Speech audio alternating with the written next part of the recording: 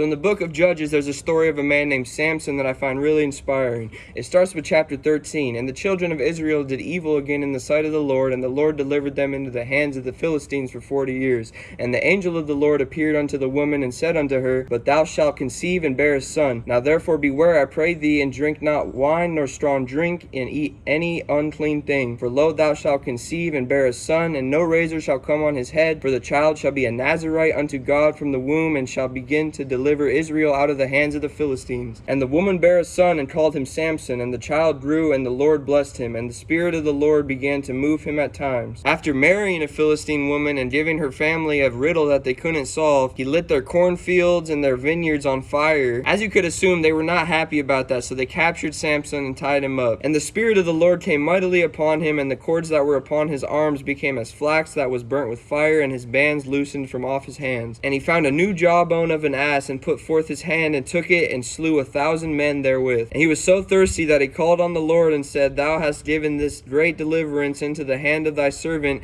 and now shall I die of thirst? But God gave a hollow place that was in the jaw, and there came water thereout. And when he had drunk, his spirit came again, and he revived. After Samson escaped the Philistines the first time, they sent a young woman spy after him to seduce him and figure out where he gets his strength from. He finally revealed to her that his strength was actually held in his hair. Once they figured that out, they shaved his head and captured him again. And Samson called unto the Lord and said, O Lord God, remember me, I pray thee, and strengthen me, I pray thee, only this once, O God, that I may be at once avenged of the Philistines for my 2 eyes. As all the remaining Philistines gathered around in one house to observe the capture, Samson took hold of the 2 middle pillars upon which the house stood, and on which it was borne up, of the one with his right hand, and of the other with his left. And Samson said, Let me die with the Philistines. And he bowed himself with all his might, and the house fell upon the lords, and upon all the people that were therein. So the dead which he slew at his death were more than they which he slew in his life. So the story got me thinking about how we all have a purpose that was given to us at birth. And no matter how crazy things might get, if we have faith and ask the Lord for strength, he will make sure that we complete this purpose throughout our lifetime. Keep chasing those dreams, y'all. They were given to you for a reason. See you next time.